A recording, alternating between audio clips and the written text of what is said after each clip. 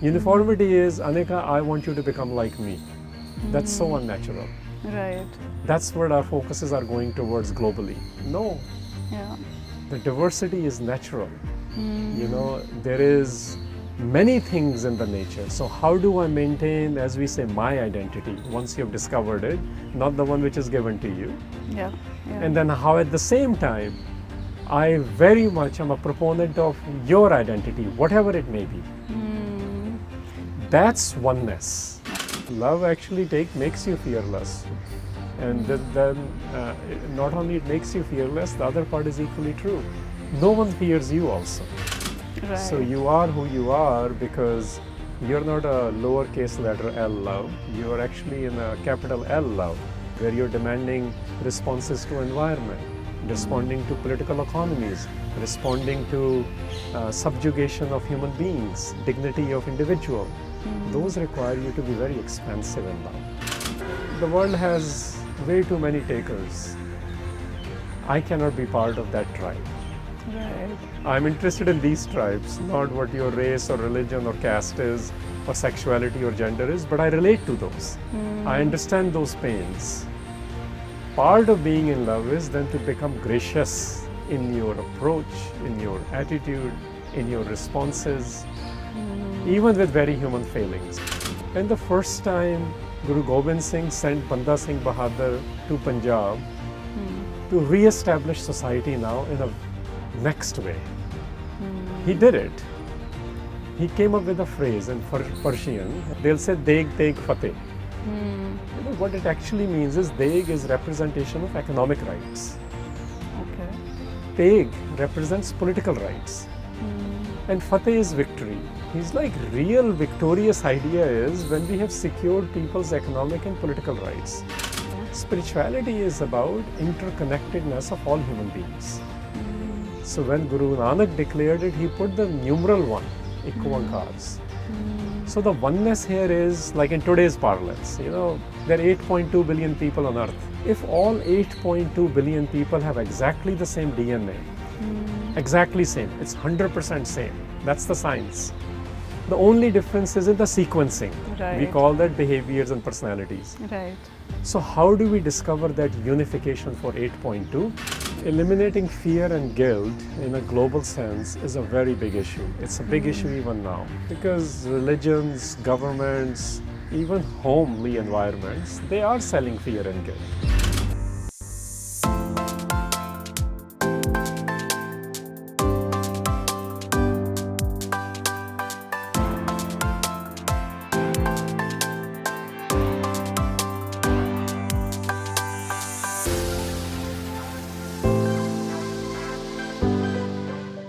Welcome to RTL Talks. Today's session is very special to me as I have here with me my mentor who's known me all my life, from aerospace engineering, from aerodynamics to human dynamics, to co-founding the Sikh Research Institute and the Panjab Digital Library, to being an educator, author, activist, thinker, and an inspiration to all of us. Respected for his research and articulation, he has been invited to speak at many important institutions, including the US Congress, the White House, Australian Parliament, UK Parliament, universities like Oxford, Cambridge, Yale, Princeton, and corporates like Deloitte, PwC, and Accenture, and many government institutions. He is many things, but most of all, he is a lover of oneness. Harinder Singh. Thank you, Harinder, for making time for this interview on this beautiful Sunday morning. There is so much to unpack, so let's get started. Sounds good. Nice to be here again, Anika. Thank you. From a recent conversation, you mentioned yourself as beloved's lover. So from your days in Jhansi, when you were studying in 9th grade, to moving to US to recreate your identity, what did love mean to you growing up, and what does love mean to you now? Well, that's a very loaded question. First of all, I don't know if I'm recreating identities, but I'm part of the identity formation process. Most of the identities when we are born and young, they're given to us, you know, like this is my country, this is my religion, this is my gender, you know, those things are given to us. But there comes a time when one goes through, what am I? You know, who am I? What is my purpose in life? So that's really the part of the identity formation. You go through your own journeys of sometimes religions, sometimes relationship, sometimes actually what we now call nationalities to maybe global citizenries. So for me, that's been a very interesting journey. I say interesting not to mystify it, but literally from the angle of events. Right. Why I left India, to why I was in Jhansi in the first place, to how I ended up in the Midwest in America, coming back to Punjab and spending 5 years there, you know, dealing with the issues which were political at the same time with having to Sikhs as one identity. So all of those have played a role. But at the end of the day, through my journey, once I made a decision, or a conscious choice rather, I don't know if we can really conclusively decide things, that I want to follow a particular path, that's when the dimensions of love unfolded. Wow. Before that, I had a fixated idea of love. What movies tell us, what a romance novels tell us, some poetries tell us. But then I ventured into, as we like to say in Indic tradition or larger South Asian traditions, what is ishq hakiki actually? What is, instead of ishq mizazi only? Right. And then I discovered that Guru Nanak called himself Diwana. You know, which I know movies have a particular bent on them, Bollywood movies, but it's actually a mad lover. So I was looking for which is the model for me. Right. And there I discovered this mad lover in a deeper sense. I identified with it, I studied it, and at some point I committed to it. Right. So, was it also like, you know, with all the things that you were going through then, or your journey, so was it a journey from fearlessness to embracing love in all its dimensions? You know, eliminating fear and guilt in a global sense is a very big issue. It's a big issue even now. Of course, I went through that as well. It's something which requires constant work, but initially it required a lot of work. Right. Because religions, governments, even homely environments, they are selling fear and guilt. We guilt people to death, literally, in some cases. Right. In other cases, we create such an environment of fear, we become not just fearful, but people start fearing us depending on our behaviors. So this idea, which you are looking at, the expansive idea of love, if I may call it that, instead of a reduced or fixated one, yes, love actually makes you fearless. And then not only it makes you fearless, the other part is equally true. No one fears you also. Right. So you are who you are because you're not a lowercase letter L love, you are actually in a capital L love. So you're expanding your experience of the one, the divine, or whatever you may want to call it, and you're expanding to all your interactions. Right, right. So there's a very famous song, Where is the Love? And it talks about, you know, how we are addicted to dramas and traumas. So in that song, there's also the why of love. So I want to ask, why love, you know? You know, why love is globally, I'm saying, in literature, in the journeys of people who became spirituals or mad lovers, if I may call it, that why is pretty clear. See, if there are 8.2 billion people today on earth, we all are in the separation from our creator. If we are not able to realize that because of our climates, or we call them echo chambers now, we exist in different ecosystems, right? We are in separation of even with each other in our relationships. We may have a particular notion, but we feel separate. We may be sitting close like this, or we may be, 11,000 miles away, but there is a separation, mental connection, and the feelings, all those things. So at the end of the day, we are all in separation, in the largest sense, separated from our creator. So when one has an intense feeling towards it, that I want to end that separation. In ending that separation, there is patience, there is longing, there are eventually no complaints. That's a very long journey. It is a personal journey, and when it becomes intimate, you start to really have some experiences, or I would say glimpses of love.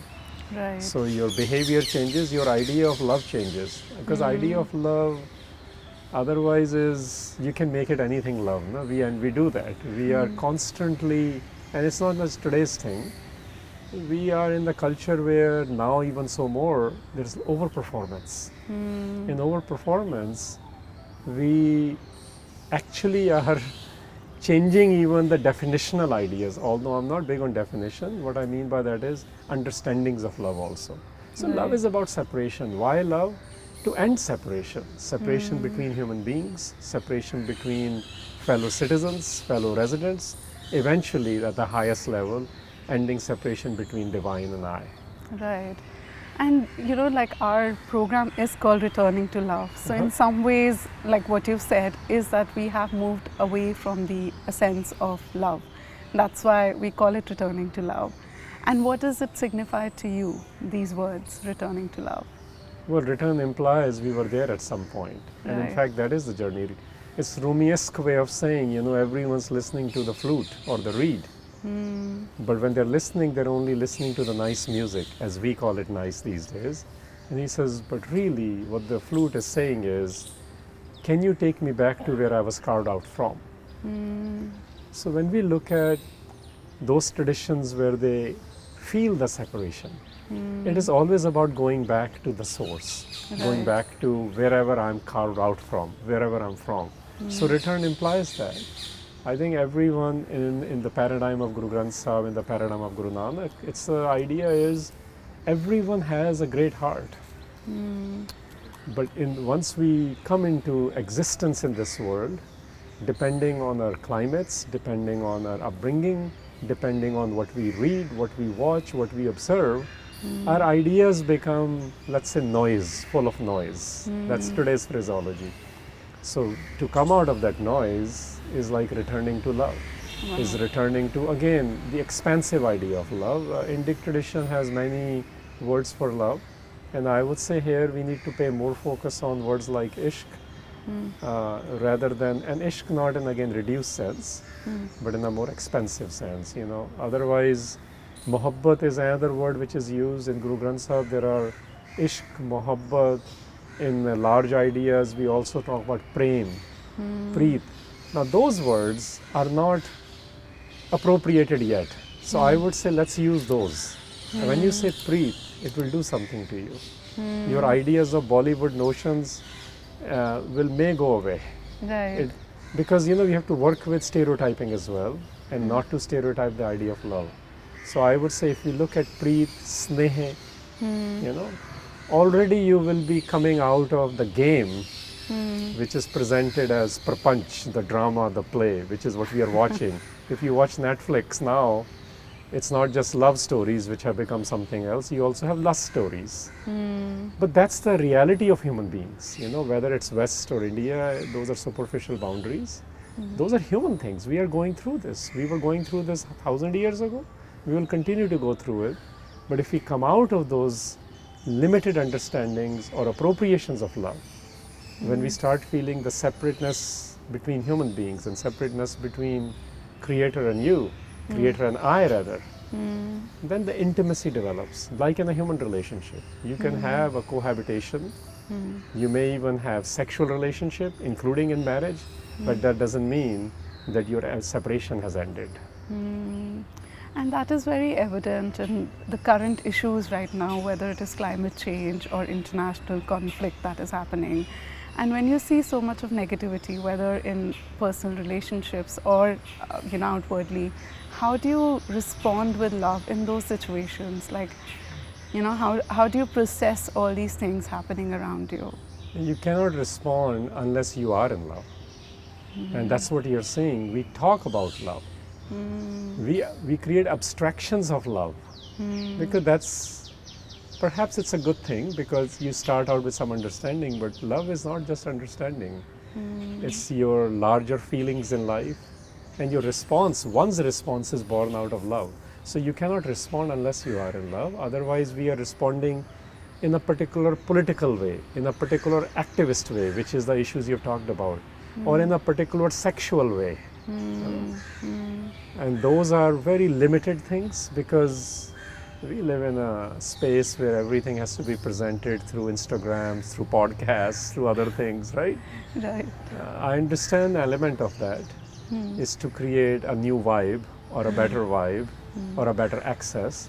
But at the same time, unless we are vigilant, we end up creating a very small or a lesser idea of love, which is a lowercase l love. I'm not going to say that's not love, but the expansion of love, where you're demanding responses to environment, responding to political economies, responding to subjugation of human beings, dignity of individual, those require you to be very expansive in love.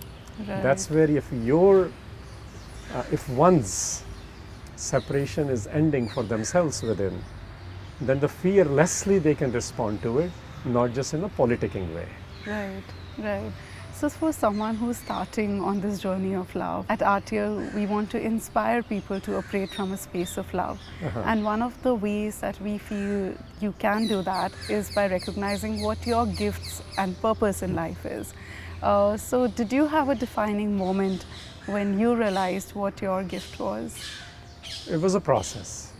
Yes, in fact, I'm sharing this for the first time with you, just in a phraseology sense. The day I discovered my purpose was the day I knew why I am on this earth. Okay. Not the day I was born. Right. So discovering one's purpose is an exercise we all really need to do if we are privileged to get there. I fully recognize many of us are not there. I wasn't there either. So I'm not hard on people who are not able to do that because of our circumstances. You only look at your psychological or emotional or spiritual needs when certain physical needs are being met. So if people in your audience are at that level or in that environment, in that situation, I think it'll be very, very important to go through a process of what is my purpose. And once people discover their purpose, there is an alignment in the way they think, in the way they respond, because they are coming from that place of existence. Right. Rather than, I heard a good video, I watched a good podcast, or I saw this new movie, and based on that we start responding, or this is what a particular political leader said, or environmental leader said. That's what we currently do. We like it, but we are not with it. Right. So our responses are not with it, they are reacting to things. And part of being in love is your reactions actually stop. Your existence give responses.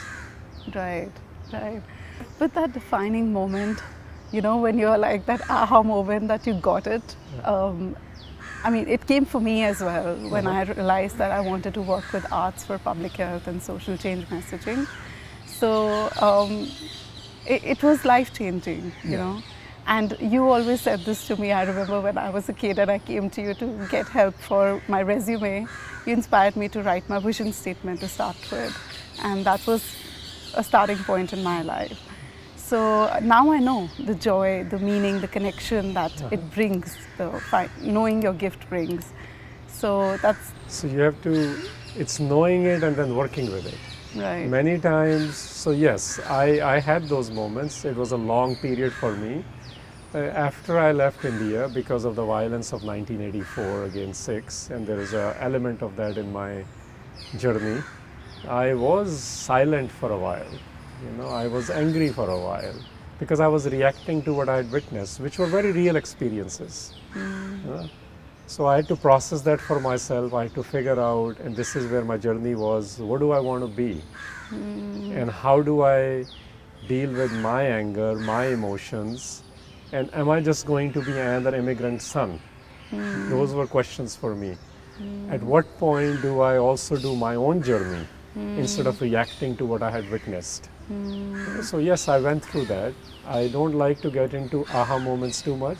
People have to discover for themselves. And the reason I don't do that, Anika, is because then we get fixated and we think we will have that moment. No.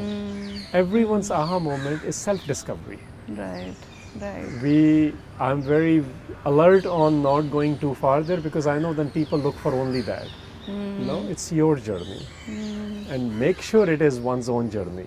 And that within that journey, and elements of love come in, the other elements automatically start to leave. If you are processing it and constructing it and fixating it, it won't happen. And then we remain wanderers. And I'm not against wanderers, but then maybe that is your purpose, to be a wanderer. Right. So get very comfortable with, discover what the purpose is. You will have, sometimes it's events, sometimes it's aha moment, as you were saying, sometimes it is an external event which triggers it.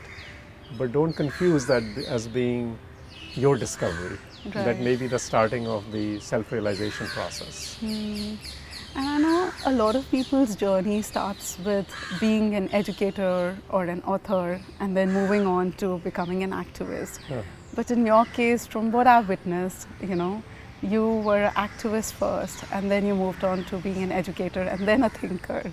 So that's been a very interesting, That's not quite accurate. Okay. I was primarily an observer. When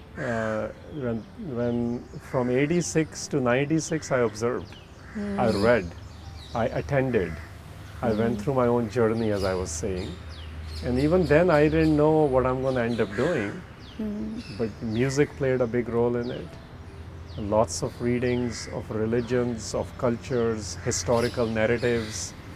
I was essentially, what they say, if you are introvert early in life, maybe you'll figure out what it is. Partly, I think that's my journey. I was an extreme introvert. Nobody would believe it now, but people who knew me from 86 to 96, they wonder what happened to him. Right. Because I was observing. I was taking in. If I may use today's vocabulary in a more generic sense, I was receiving. I feel like you were like a sponge, absorbing things. Something like that. I wasn't saying I'm not into this is right or wrong. Right. When you are in a learning mode, you take, you receive from whoever it is, whoever you believe knows more than you, experiences more than you, any elements of those. And I continue to do that. I still seek people. I don't talk about it much, but I do. I meet people where I believe they have a larger experience. And how do I work with that experience? How do I grow with that experience? For example, I've been listening to Dhrupad for 30 plus years. You may not know that. Yeah. And in that Dhrupad Gaiki, because it's a Margi Sangeet, I've been looking at, I don't need Swaratmak anymore. I don't need Layatmak anymore. I'm looking for Shabdatmak. So these are the elements in music where I am in my journey. That's what I'm looking for to grow more. When you say Shabdatma, the words. Shabdatmak, it's the way Dhrupad Gaiki is sung. It has 6 different elements of how it is sung. So I look for those ustads. And then you are looking for those, you discover they are rare. But I am looking for that rarity. The love actually shines in an artist, in a sculptor, in a musician, in an activist from that angle. There are many who are good at what they do. Many have become excellent at what they do. My nourishment, in addition to my own disciplines, my own practices, my rituals, you may call it, I look for these things. People who are in a larger way operating in life, in whatever environment they are in. So I just gave one example of that. And I'm constantly looking for those. I got that actually from Guru Nanak. People have their own ideas on why he traveled so much. Right. And I'll share an element. Yeah. He actually writes it himself. So I like to read the text itself or the first person accounts. If they're not available, then I like to look at the contemporary accounts.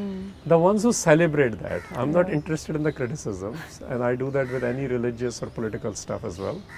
So I wrote it himself. Kis karan tum paye udasi? Why are you having these odysseys? Udas there is not sad. Udasis are when you're doing particular journeys where you're looking for longing. You're looking for vairag. So he's saying, what are you searching for?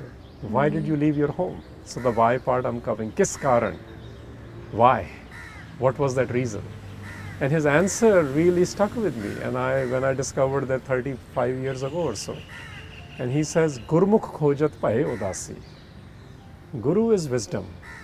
Mukh is face. So today we will say interpretively, wisdom centered. He says, I am going through these odysseys to interact and dialogue and see and sit with I'm interpreting now learn and exchange with, share experiences with the wisdom-centered ones. That's a very high principle. We are mostly centered around our organizations, our own fixations on the worldviews. We have our own paradigms. It's very self-centered. Right. So he's like, no, I'm looking for wisdom-centered. That's why I'm in these travels. Wow. Wow. And you often talk about grace, you know. Is that something that helps you to be in that loving state of mind, in that remembrance always?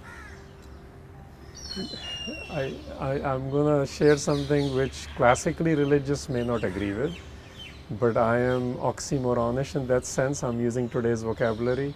As I understand prasad, which is an Indic word, or as I understand karam for grace, which is a Persian-Arabic word. Okay. English word is grace, Right. which sometimes we only think the Christian idea of grace. Right. And I'm saying all three on purpose because we are in a global world. We look at these words without realizing they're coming from a particular tradition. There is a context for that. So now I'll say in a general sense, which includes my understanding of Sikhi as well. Rather experience of it. Understanding came much earlier, but not the experience. Grace is something which is always there. Grace is something, it's like sunlight. We are sitting in the early morning hours, such a beautiful space we are in. And if I don't want to take in the sunlight or that ray, of that light even, then is it that the light is not there or the sunlight is not there, or is it that I'm not experiencing it? So that really changed things for me. I'm not looking for an Alleluia moment. I'm not looking for that what is fixation on aha moment. Right. I have hands, I have ears, so many people don't have it. I have accesses, I have so many privileges. From a gender angle, I'm so conscious that I'm a cis male gender. That's a privileged position in society. I have access to conversations, texts, I was able to learn languages, but I came from a place where I didn't have any of that. I was that UP bhaiya who was in Jhansi and he doesn't know anything else. Somehow in the journey, all these accesses came. Going to aerospace, going to linguistics, coming to Punjab, working in Delhi and other spaces. So privileges happen. Isn't that grace? Wow. It's what we receive. This is the gifts. I'm receiving so many gifts from so many good people. Right? And then the purpose is, then if I develop a gift, or rather I discover, you don't develop a gift, then let me become a giver. And this word I'm using carefully. The world has way too many takers. I cannot be part of that tribe. Right. I'm interested in these tribes, not what your race or religion or caste is, or sexuality or gender is, but I relate to those. I understand those pains. Part of being in love is then to become gracious in your approach, in your attitude, in your responses, even with very human failings. I fail at them when I'm challenged on certain things because I stop receiving. Right. It's like sunlight. When I stop receiving, my response will be something less, sometimes very less. But when I'm in receiving, when I'm not in separation, as I said earlier, then my responses may do something for someone, and maybe I can be more of a giver rather than a taker. Right. I think it starts with recognizing what our privileges are. And like they say, I know it's a cliche, but they say to whom much is given, much is expected. So in that sense, Somebody came up with it, it makes sense. A lot of these cliches serve their purpose. But those who are returning to love, let me use your tagline, with a capital L, love, no cliche matters. Right. Because you're going to break every boundary. You're going to break every fixation. We are hard on people who worship idols in any form. I'm harder on myself for worshipping idol worship in mind, Right. which is fixation or fascination. Those are incredible, right? We get taken in by a great performance. But if we create dimag ka but, that's the toughest thing to break, because we have now gotten very fixated. Wow. And intellectuals are caught up there unless they work hard to disrupt that, to deliver something for society. Otherwise, they remain in their IV tower. It's just a one way to look at it. So while I appreciate those, I think we need much more knowledge production and intellectual production. But if it is not relevant to society, the policies, the political economies, in the way dignity and respect of human beings need to be maintained in every sense of the word, then what's the use? And disruption is a very positive word in that sense, right? It's always been positive. I think people, it's getting out of status quo. Right? Wow. Status quo is never expansion. Just keep that in mind in everything in life. If we are just maintaining what was given to us, you know, when Sikhs, through the training of the gurus, the 10 gurus, I'm bringing as a reference, when they went through that training for 240 years roughly, that's the period of training I call it, and the first time Guru Gobind Singh sent Banda Singh Bahadur to Punjab to re-establish society now in a next way. He did it. He came up with a phrase in Persian, and I'll just explain that phrase in a second. He said, it's a very common phrase. People in India now globally, they'll see langars and they'll see other things. So, and you've seen this on t-shirts. They'll say, Deg Teg Fateh. You know, what it actually means is Deg is representation of economic rights. Okay. Teg represents political rights. And Fateh is victory. He's like, real victorious idea is when we have secured people's economic and political rights. But what is happening is we talk about spirituality now publicly. Even we are getting into that little bit, and I'm trying to come out of it. Right. Spirituality is personal, your source of strength, your love. The public element of that is what economic and political rights are you sharing? Are you working towards? Are you maintaining hegemony, as they call it, the dominance of somebody? Dominance could be in any form. It is not just in race, religion, and caste. It's colorism as well. It's rights of individuals at any level. So victory is when we have secured that. But you know, the second part nobody talks about anymore. That's not a complete misra of that complete couplet, as we may call it in English. Second part of that is Nusrate Bedarang. Okay. Ever expanding prosperity. Wow. That our job on this earth is ki whichever environment we have come in, that was a dictum for Sikhs, which is what they implemented in 18th century. That our job is whatever we have inherited, to expand that, to make it more prosperous. Not just for your tribe, your religion, your region, your country, whatever it might be, for everyone as human beings. Right. So this dictum is very important, ever expanding. Excellent. Yeah. So that's not maintaining status quo. Wow. Whatever is not allowed, whatever is not given, we got to work on that to move the boundary. And those who constantly are moving boundaries in breaking any barrier, in any what we now call biases and discriminations and policies, to me, they are friends of mine. Right. Yeah, oneness lovers or oneness learners. So I guess it starts there, right, at that oneness level. And Deg Teg Fateh sounds to me like spirituality in action in some ways. So. But I'm saying it's expanding the prosperity of economic and political rights. Right. It starts with oneness, absolutely, you know, but it's not a vague oneness. It's unitary oneness. And I say this because in last 20, 30 years, with a lot of self-help books, a lot of coming of the age gurus, as they call it, or experts and pundits, what I mean by that is experts again, it's getting vague. You know, I remember Vogue magazine had a cover a few years ago where they have a woman on the top part and the bottom parts are different. She's having yoga, but she's also a model.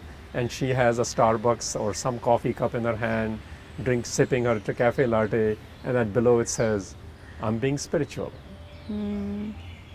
Yeah. Spirituality is about interconnectedness of all human beings. So when Guru Nanak declared it, he put the numeral 1, Ikonkars. So the oneness here is like in today's parlance, you know, there are 8.2 billion people on earth, current population. And the largest is in India now, so India has to think about its own consciousness from this angle. Right. Because India has become the largest share of that. So it has even higher responsibility. So this, to me, this is how I think about these things. So what that means is, if all 8.2 billion people have exactly the same DNA, exactly same, it's 100% same. That's the science. The only difference is in the sequencing. Right. We call that behaviors and personalities. Right. So how do we discover that unification for 8.2?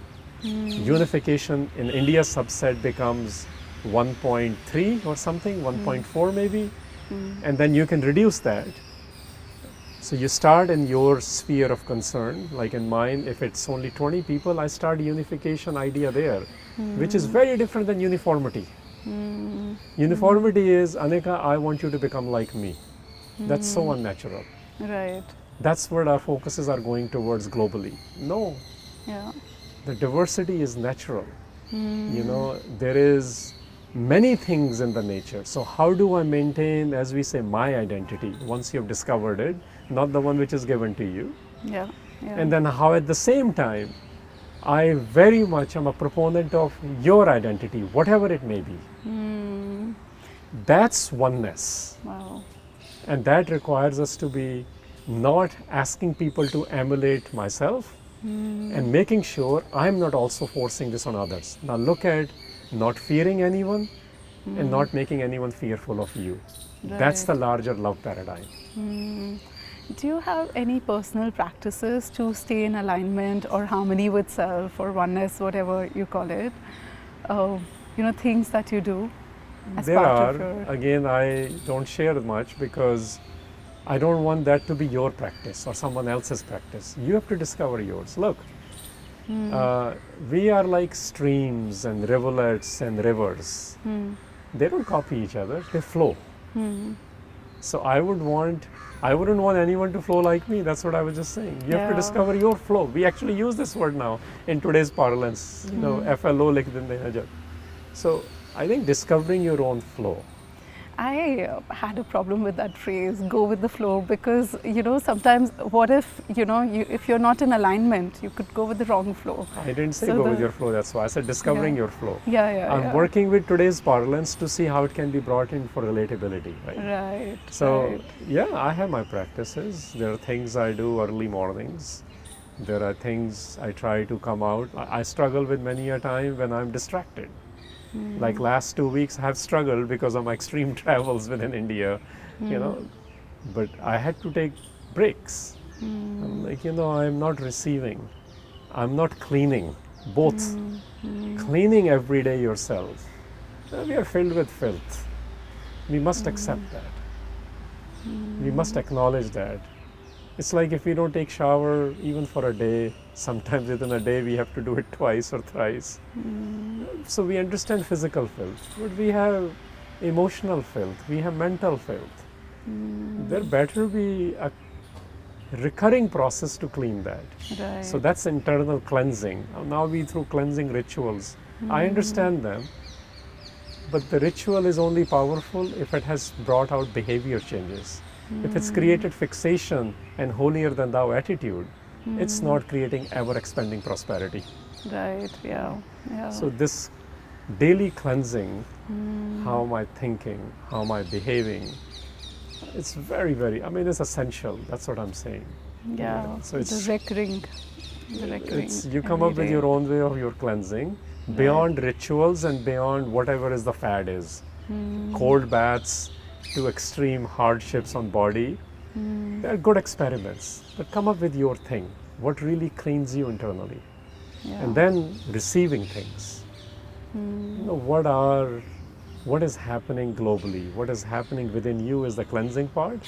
What is happening in your environment is you're actually looking at the data, not just anecdotes which are now being created in social media because somebody's spending more money on it. Right. So you have to really know the facts around things, not just the narratives. It used to be that we follow too many narratives. We can't. Narratives are part of disinformation campaigns now, where intentionally the wrong information is being spread. So we have to be very aware of that. So if one is relatively more cleaner, there is no absolute ways of doing this, And if one is relatively more aware, the responses will be different. The responses will be toward that not vague oneness, it'll be toward that unitary oneness, where you're not trying to make everyone the same, but you're trying to help people, okay, this is my response. Develop your response, but come up with your purpose. Right, right. When you talk about discovering the flow, also about discovering your intrinsic values, is that something that can help us in guiding us or giving some direction to life? Of course it does. That's the whole point, right? Right. I mean, I was just reading yesterday I'm going to come back to your love idea and connect that with it.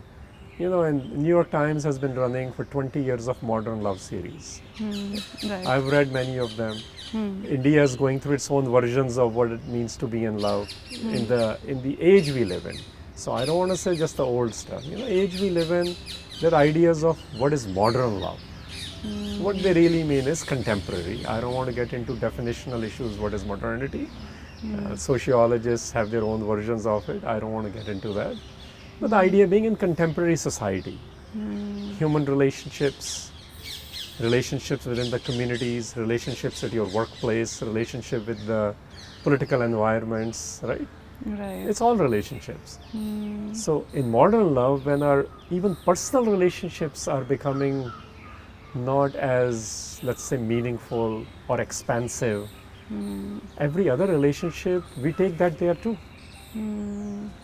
Right. If I don't have if I have a toxic love relationship at a personal level, if I don't have a healthy love relationship at human level, I'm going to take those dimensions in every space, in work, in school, in spirituality, in politics. I'm seeing that. Excellent. And I if you think are guided, right. if you are in those path of fearless approaches to things and enmity-free approaches, Sikh tradition calls that, it's not just nirvair. First you have to be nirpao, and then you can be nirvair. That you're fearless. Because you're fearless, you actually don't see anyone as an enemy. You fight the issue. You don't fight the person. So, I mean, one of my biggest takeaways from this is what you always say, that love is a verb. So everything that you know translates to what you do. So yes. I used to say that. I would say just minor adjustment in that. Love is not just a noun, it's also a verb. I don't want us to miss out on the feelings. Yeah? Right. Yeah. If without feeling, we will be machines. Right. We take that larger feeling, the music, the relationship, the art, the politics, it's different for people. Spirituality, there are many other ways to do this. There's a love element has feeling, which we all experience. At least we get glimpses of it. Absolutely. Then taking that and then converting into an act of will. That's where your love is brought out in your behaviors, in your actions, in your paradigms, in your policy making, in solution finding, in relationship between individuals as well. It's an act of will. So verb is where you get to do something with the feeling, that's the noun part, which is making you grander than yourself. We are small people otherwise. Right. Yeah. And we want to transcend their smallness and go toward vastness. Right. That's where the feeling becomes actionable. Wow. Beautiful. I have a rapid fire round to end with. I'm not This a is fan something of those, fun. but okay. We can call it slow fire if you prefer. Well, anyway, it's your show. So you talk a lot about cliches. So, rapid fire, quick answers to breaking the cliches. So I'll just say things that I've heard you talk about, and then let's have your response to that. Okay. So practice makes a man perfect. What if you're practicing the wrong thing? Figure out what's the right practice for you, or rather apt practice, then work on it. Right. Why do bad things happen to good people? They don't. It's a victim mentality. Everyone's good on this earth. We are products of our environments. There is a perversion of mind. To me, that's the evil.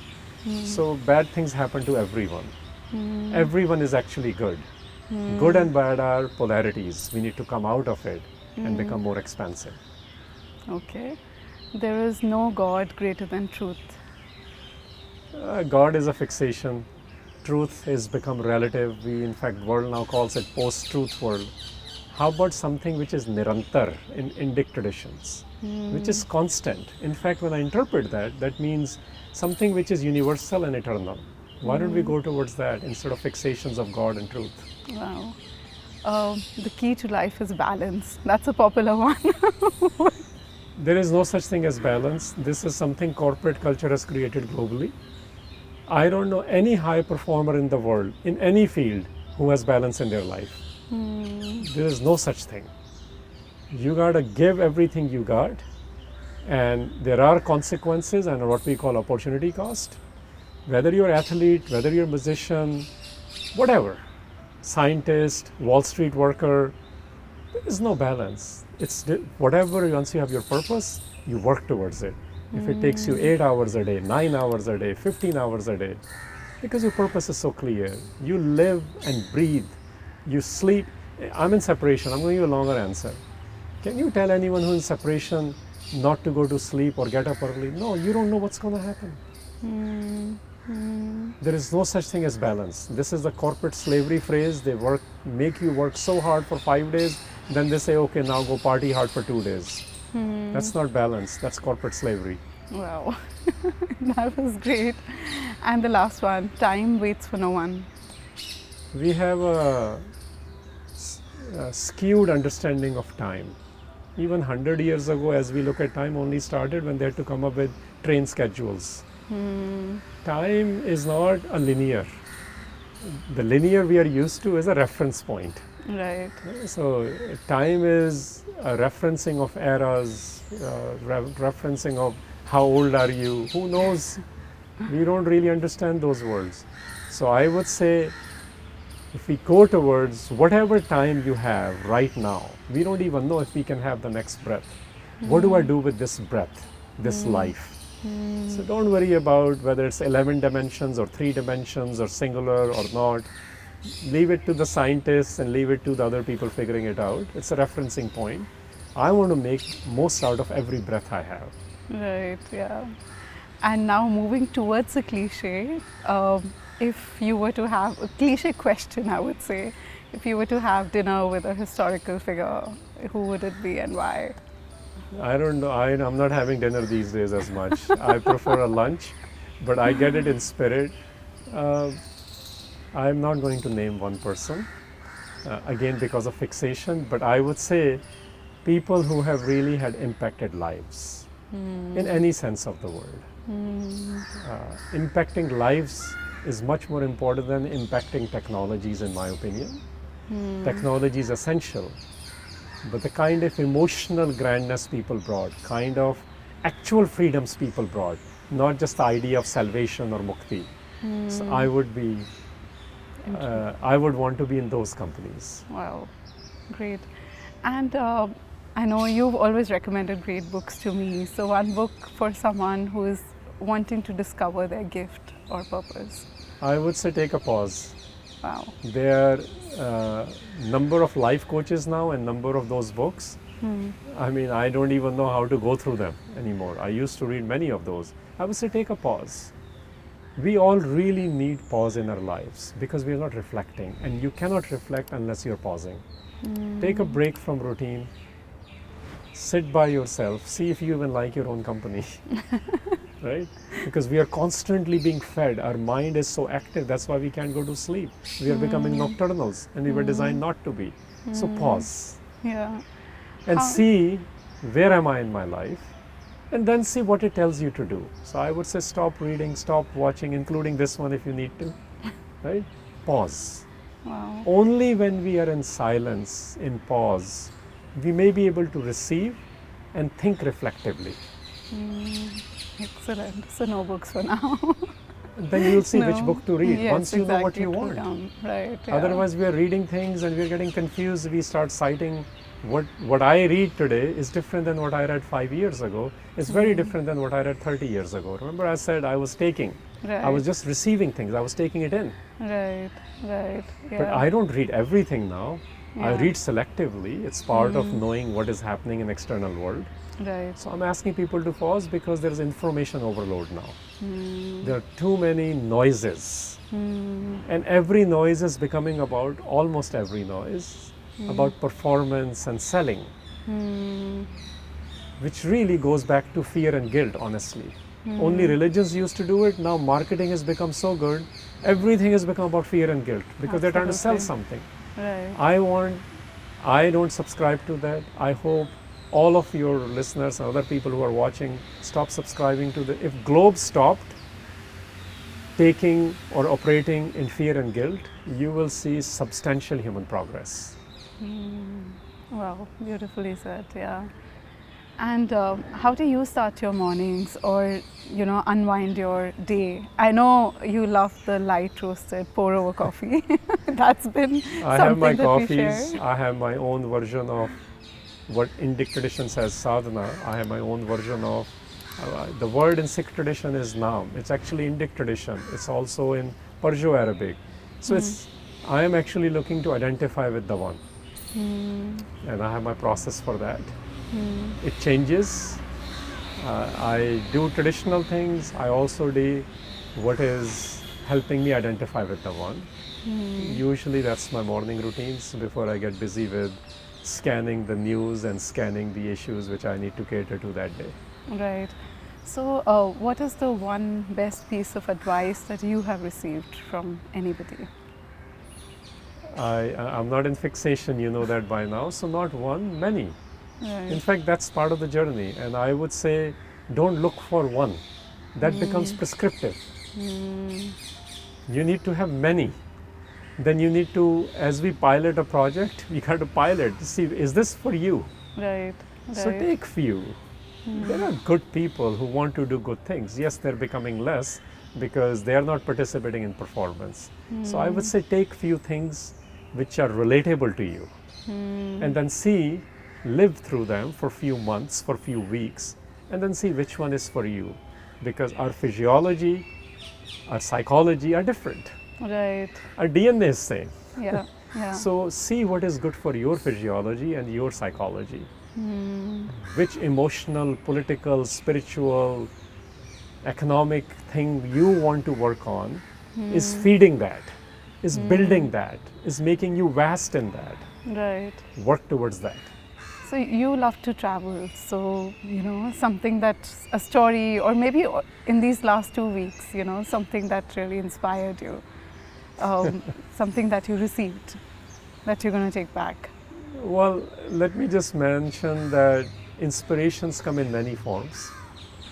The interaction with some students in a business school, to interaction after a long gap with a lawyer who's working very hard to change some of these realities as to what is happening.